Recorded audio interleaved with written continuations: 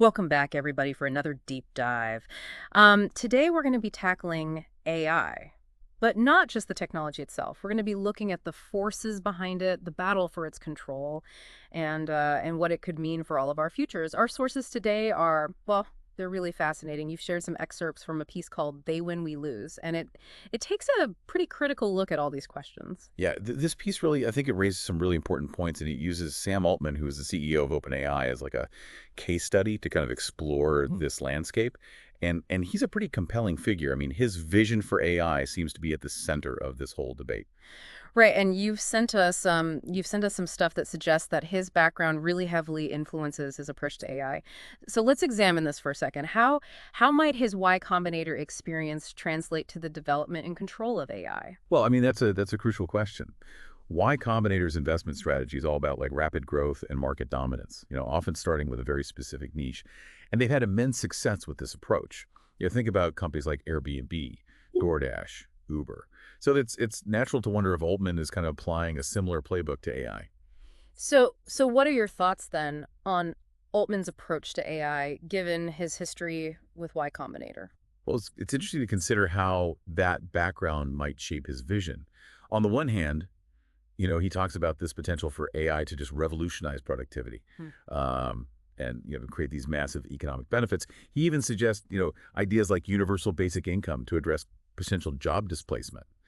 But then on the other hand, he's also spoken about AI as a potential existential threat, even going so far as to mention the possibility of it, leading to the end of the world. Wow. So it definitely raises some serious questions about the potential consequences of his vision. I mean, is he trying to have it both ways, like highlighting the potential benefits while downplaying the risks? Yeah, I mean that's one interpretation, and it's worth noting that OpenAI itself has undergone a significant evolution. It started as a nonprofit, and it was very focused on ensuring that AI benefits humanity. Yeah. But it's since transitioned to, well, what they call a mixed profit model. Hmm. This idea of mixed profit, I mean, it's intriguing. Can you shed some light on what that actually entails? What's the balance between profit and purpose in this model? Well, it's a bit of a gray area, to be honest. The details of this model aren't entirely clear. Hmm. And the transition also involves significant investment from figures like Elon Musk and Peter Thiel, and that raises questions about the organization's priorities, and then their current focus on enterprise software partnerships with large corporations. It further fuels this whole debate. Is this truly about benefiting humanity, or is profit now the primary driver? Right. And that brings us to another key point from the material you shared, which is this idea that a few like heavily funded companies, they're dominating the AI landscape. And you've voiced some concern about the lack of competition in the AI industry. So could you elaborate on how this Uber problem, as Tim O'Reilly calls it, how might it specifically impact AI development and access?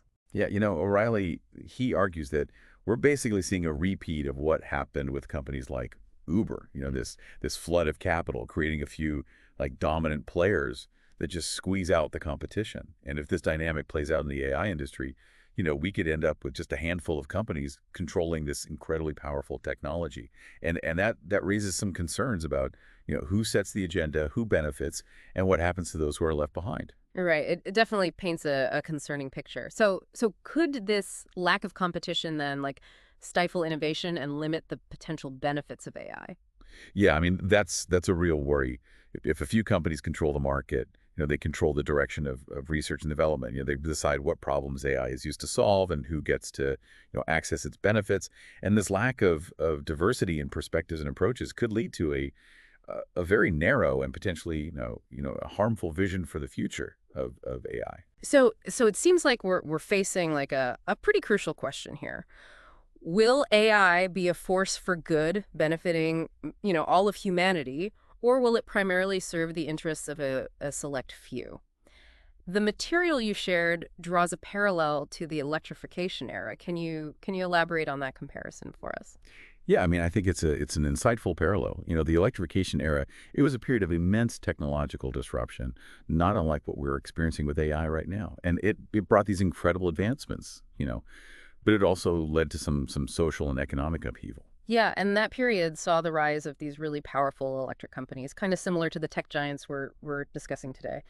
Um, Were there any efforts back then to regulate those companies to ensure that the benefits of electricity were shared more broadly? Yeah, there were. And the formation of the International Brotherhood of Electrical Workers is a prime example of this. Yeah. These workers understood the transformative power of electricity, but they also recognized the potential dangers of unchecked technological progress. So they organized, they demanded safer working conditions, fair wages, and a more equitable distribution of the benefits. So they weren't trying to halt progress, but rather to kind of shape it in a way that benefited workers and society as a whole. It sounds like they recognize that technology itself, I mean, isn't inherently good or bad. It's how we use it and who controls it that really matter. Precisely, yeah. And that's such a crucial lesson for us today as we grapple with all the implications of AI. It's not about fearing technology or trying to stop its advancement. It's about ensuring that its development and deployment align with our values and serve the common good. While I understand the historical parallel, I mean, AI just feels different, more complex. Electricity revolutionized infrastructure and labor, but AI has the potential to impact our creativity or decision making, even our very sense of self. It just feels like we're on the verge of creating something that could surpass us entirely. Yeah, I mean that's a common concern, and it's understandable given the rapid pace of AI development. But Yeah.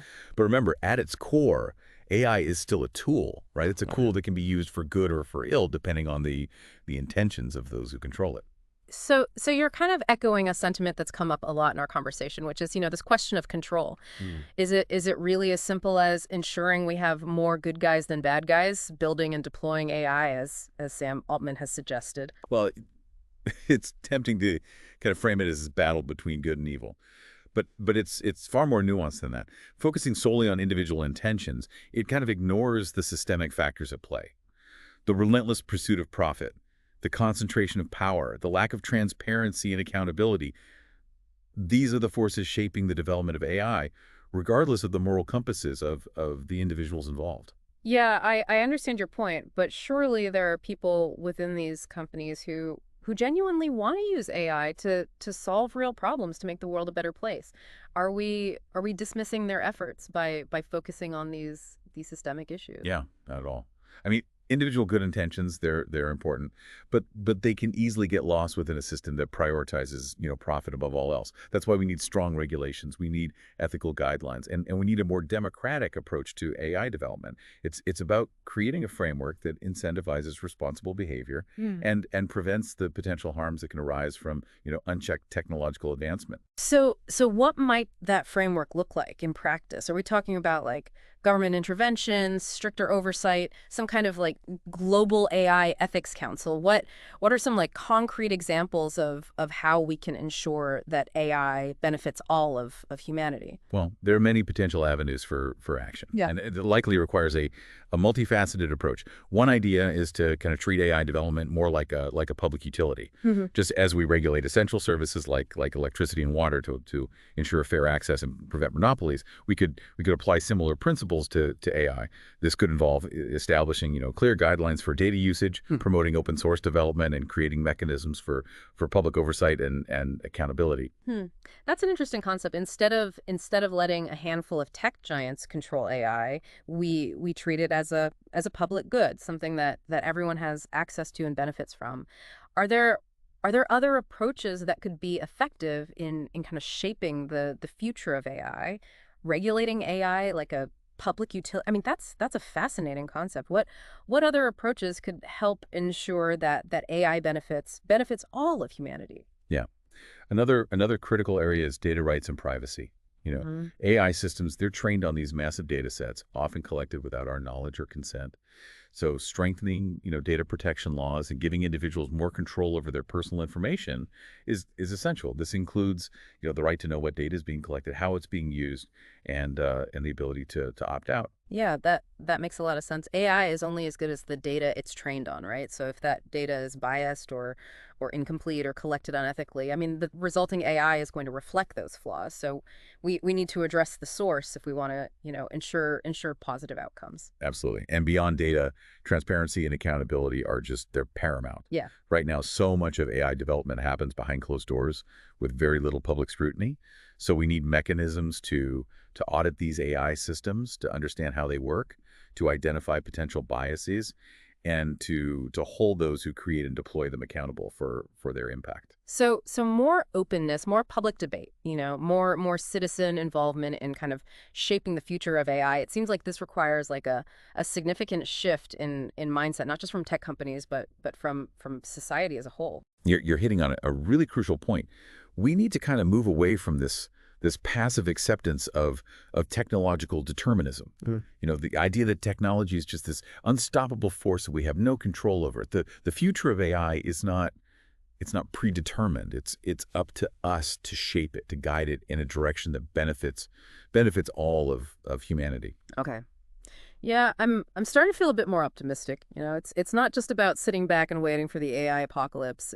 It's about actively participating in shaping the future we want. It's about reclaiming agency. Exactly. And there are already movements and initiatives out there that are pushing for a more ethical and equitable approach to AI. The recent writer's strike, it highlighted the need to protect creative labor in the face of AI-generated content. Senator Bernie Sanders, his proposal for a shorter work week, acknowledges that we need to adapt our economic systems to a future where automation plays a much more prominent role. So it's not just about stopping AI. It's about figuring out how to live with it, how to ensure that it enhances our lives rather than diminishes them. Precisely. AI at its core is a product of human ingenuity. It's built on the collective knowledge and labor of countless individuals, and therefore it should ultimately serve the interests of all humanity, not just a select few. Well, I'm fired up. I'm ready to get involved. But where do we start? What can ordinary people do to kind of influence the direction of AI development? Yeah, it's a great question. I mean, it can feel overwhelming, but collective action, it always starts with individual steps. Yeah. Even small actions can contribute to a larger movement. First and foremost, stay informed. Read articles, books, reports, from diverse sources. Don't just rely on the tech giants' narratives. Seek out critical perspectives from ethicists, social scientists, activists. So basically, don't just drink the Silicon Valley Kool-Aid. What else can we do? Support organizations and initiatives that align with your values. There are groups advocating for responsible AI development, data privacy, algorithmic transparency, worker rights. Find the ones that resonate with you and get involved. So donations, volunteering, spreading awareness, things like that. Exactly. And don't underestimate the power of your voice. Really? Talk to your friends, your family, your colleagues about these issues. Raise awareness on social media. Write to your elected officials. The more people understand and engage with the challenges of AI, the more pressure we can put on those in power to make responsible decisions. Thinking globally, acting locally. Absolutely. Every conversation, every action, every bit of awareness we raise, it contributes to a more informed and engaged public. And that's crucial for shaping the future of AI. Yeah. It's not just about protesting or hacking systems. It's about changing the culture around AI, making it a topic that everyone cares about and has a say in. Precisely. It's about democratizing the conversation around AI. Moving away from this idea that it's just a technical issue for experts to figure out. This is about our future, our society, our values. We all have a stake in this. Looking back at the early days of the internet, there was this sense of optimism, this feeling that we were building a more connected, a more democratic world somewhere along the way. I mean, we kind of lost sight of that. We did, and it's important to remember that the same forces that shaped the internet, the concentration of power, the profit-driven motives they're now shaping AI. So we have a chance to learn from those mistakes and chart a different course. Of course, where AI serves humanity, not the other way around. Exactly. It's about reclaiming the promise of technology, ensuring that it empowers us, that it enriches our lives, and that it creates a more just and equitable world. This deep dive has been a real eye-opener, I gotta say. I'm walking away with a renewed sense of urgency, but also a sense of hope. We have the power to shape the future of AI if we choose to exercise it. That's the key takeaway. The future is not predetermined. It's a choice, and the choices we make today will determine the world we inherit tomorrow. So let's choose wisely. Absolutely. And that wraps up our deep dive into AI. We've covered a lot of ground today, but this is just the beginning of the conversation. So keep learning, keep questioning, and keep pushing for a future where AI benefits all of humanity. Thanks for joining us.